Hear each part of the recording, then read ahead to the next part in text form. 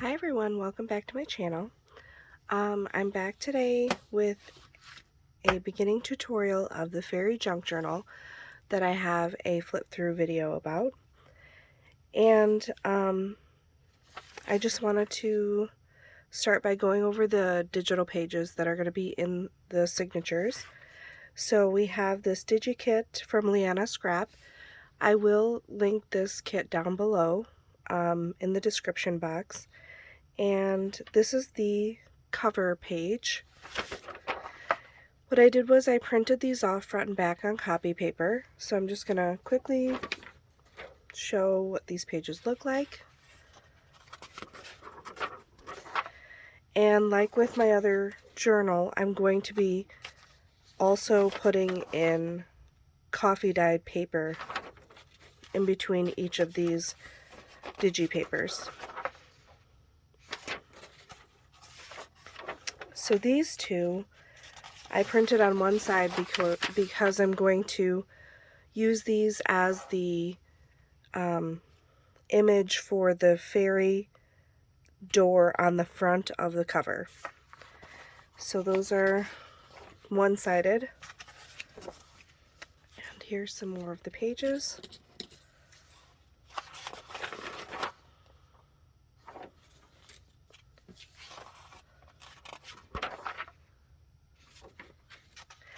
And then these are the additional pages with the DigiKit. It has tags and pockets, little journaling cards, and book page tabs, and then little faux stamps, and just some beautiful images that coordinate with the kit. And I will be cutting off this white border around the edge. And I think today I'm going to start on working on the fairy gate. The cover that I'm using is made out of this thick chipboard. It's like an artist chipboard, and I made a 1-inch spine. So what I did was I scored it, and then I painted the entire cover with brown acrylic paint. And then the inside, this is 8.5 by 11 faux vintage papers that I bought in a big pack on Amazon, which I can also link below. And I'm going to make the fairy door and the image for the cover today. So the fairy door tutorial is actually from Paper Terrace, and in my junk journal fairy flip through, I did link her video down below, but I'm going to just from the beginning just start making a door. This is just really cheap drawing paper. I bought a ream of 500 of it for maybe 12 bucks on Amazon. I can also link that down below. And I'm just kind of making a general shape for the door here. And this doesn't have to be perfect. This is a junk journal after all. And then this is going to be the main shape, and I'm going to do a couple of things with this. So I'm going to cut it out first. Now I'm going to make sure that this is going to fit on the front cover. It looks like it's going to fit pretty well. And then I'm going to trace around it again, and this is going to be the base. So this piece of paper is the template, and I'm just going to trace around here for the base. And this is what we're going to be attaching those digi papers to.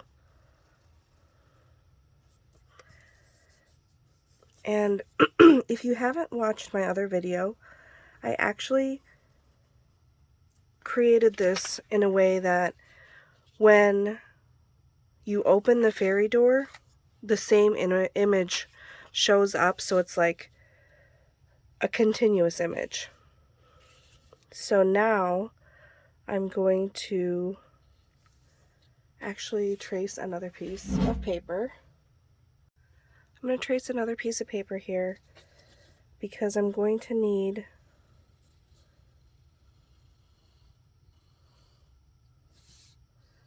another piece because this one, the template is going to be cut up. So this is going to be for the outside of the door. This is going to be the inside of the door.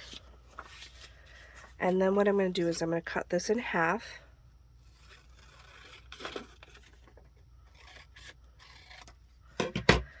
And then I'm going to act like this is going to open up. So I'm going to trace this, and this will be the base that I have to cover up.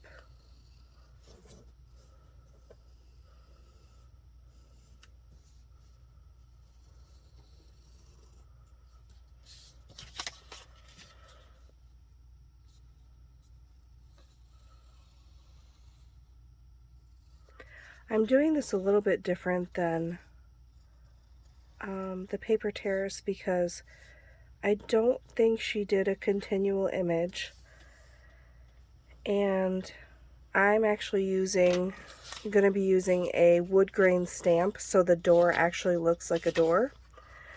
So these I can set aside, and this is my base. And now I'm thinking about it, I don't think this is going to be small enough. Let's see. I guess it will. So this will fit on this piece of paper. So I just want to make sure it's big enough. And then I'm going to cut these two pieces out and I'll be right back. So now my next step is to trace the DigiKit paper, and I want to figure out where I want to line it up. And before I had the tree as the center, and any excess papers I'm going to be using as tuck spots and pockets. So I'm going to go ahead and trace around this here.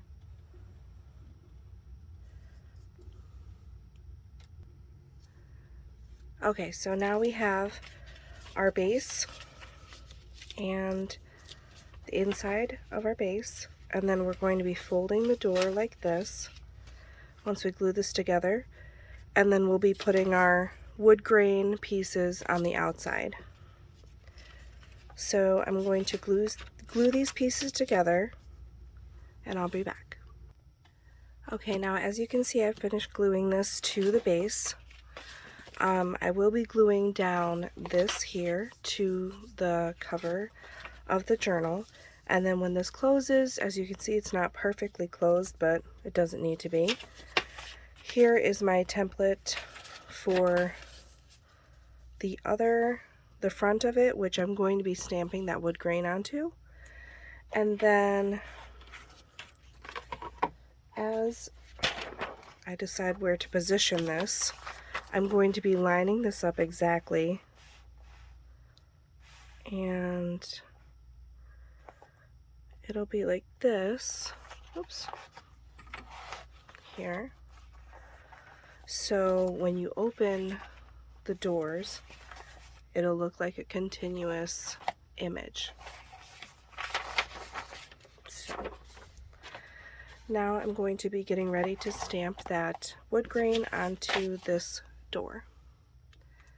So for the wood grain stamp, I have this from Stampin' Up. It's called Hardwood, and this was on a wood block, but what I did was I threw it in the microwave for 20 seconds, and I was able to peel off that wood block, or peel this off of the wood block, and now I can use this in my Misty. So I'll go ahead and line this up.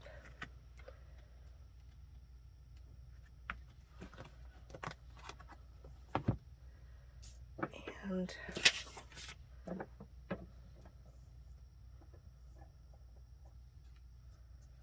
think I'm going to use a little washi tape to tape at the bottom so this doesn't move. I'm going to try using some Distress Oxide for the ink in Black Soot and see how that looks.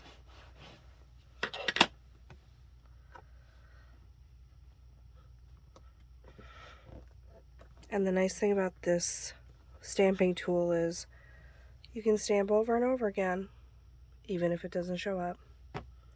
So, as you can see, I need to move this up a little bit. I think I'm going to flip it over and use a different ink because it's not quite all the way to the bottom. Okay, I'm liking this ink a little better. This is just a pigment ink. And I think I'm going to have to do a few attempts at stamping because it's not showing up very good. I know with these background stamps I have a hard time getting enough pressure for these images.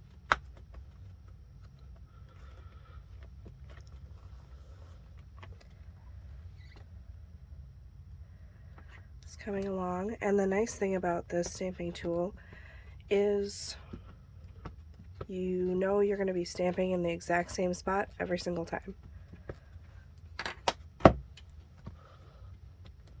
Just kind of put some elbow grease into it.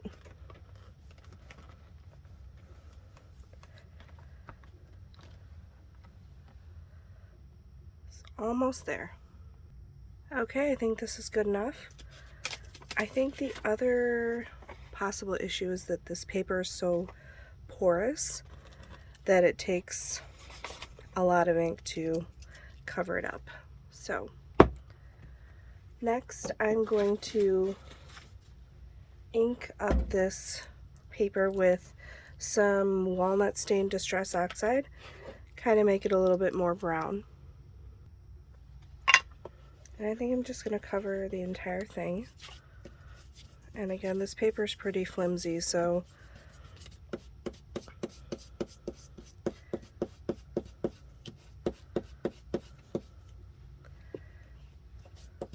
the black ink that I used is pigment ink, so it's kind of smudging and blending when I do this, but that's okay. I want this door to look grungy. I don't want it to look cute. The whole point is to make this look like wood. So I'm okay that there's different colors and variations, and now I'm going to cut this in half and glue it onto the front of this. Okay, scratch that. I remember what I did the first time. So I'm actually going to cut this into strips using the wood grain lines as a guide. And this goes right down the middle. So when I piece it together, it's going to be in strips and it's going to look even more like wood. Okay, I've cut it into strips and I'm ready to glue this onto the outside here. And I know this seems kind of complicated, but it's really just more tedious than anything. And I'm just using some PVA glue that I have in a Sugar Bell icing bottle. And I'm just gonna start gluing these pieces down. And anything like on the edge that's showing can always be covered up with some distress ink. So I'm making this journal for a friend of mine. She saw the original journal that I made and fell in love and said she wanted one, so I said sure, I'll make you one, and I'm gonna make some videos along with it.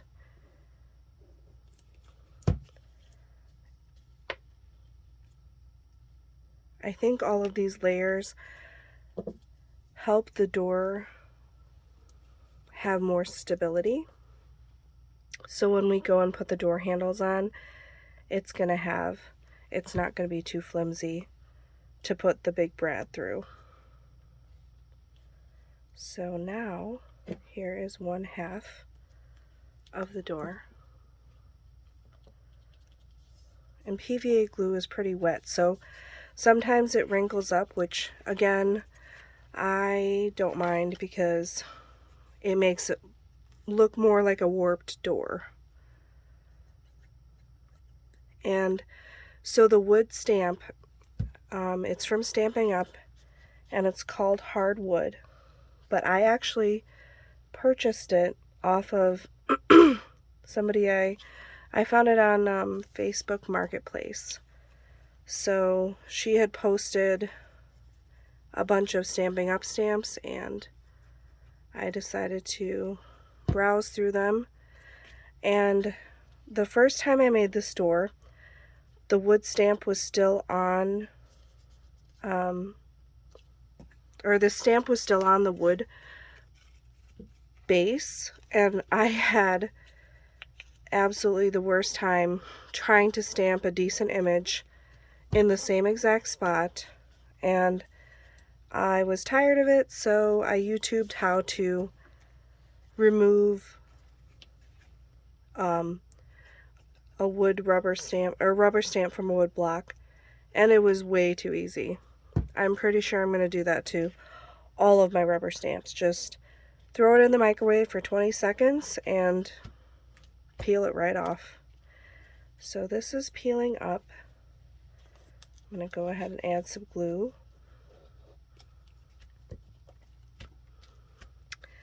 So now we have our door.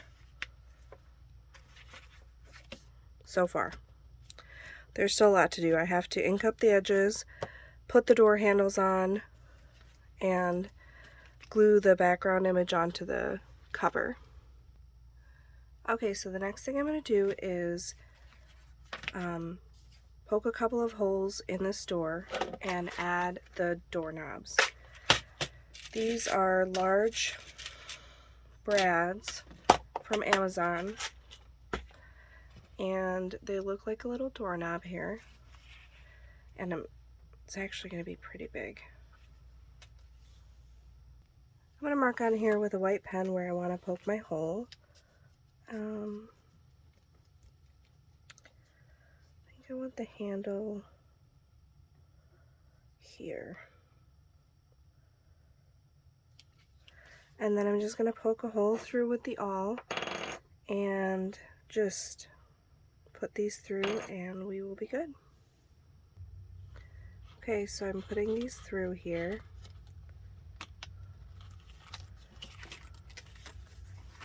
And now this is what it looks like closed and ready to go in on the outside of the cover.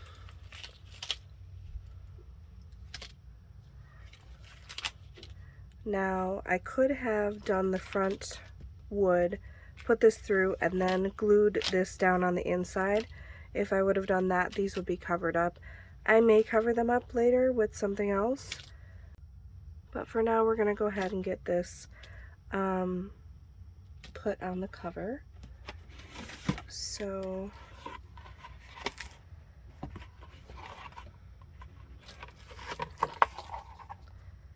I'm going to cut out the piece for the cover and make sure that I line it up with this fairy door.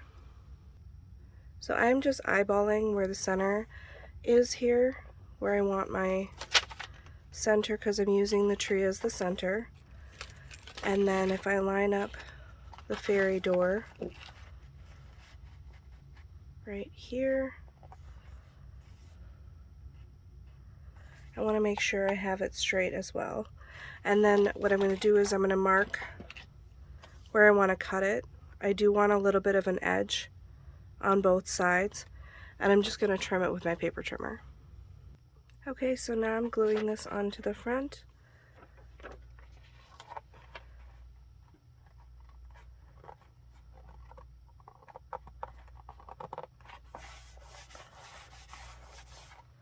Just using my acetone glue so it doesn't bubble up. And then I'm going to line this up here and just make sure the image lines up on all the parts, just like that. Go ahead and glue this down. Before I glue this down, I think I am going to put a piece of ribbon behind here, like I did on the other one, to make sure that we have a closure. Okay, so I chose this forest green looking ribbon here. It's kind of like a moss green. And I'm just going to glue a line right across the back.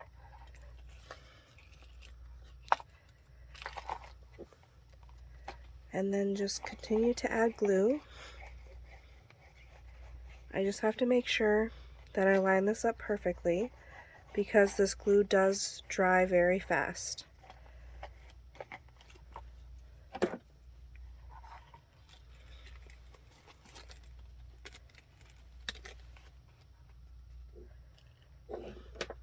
So let's see here.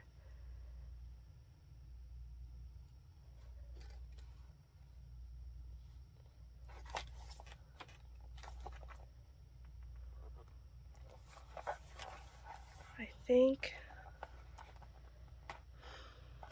think that's good. And now we have a door and a closure.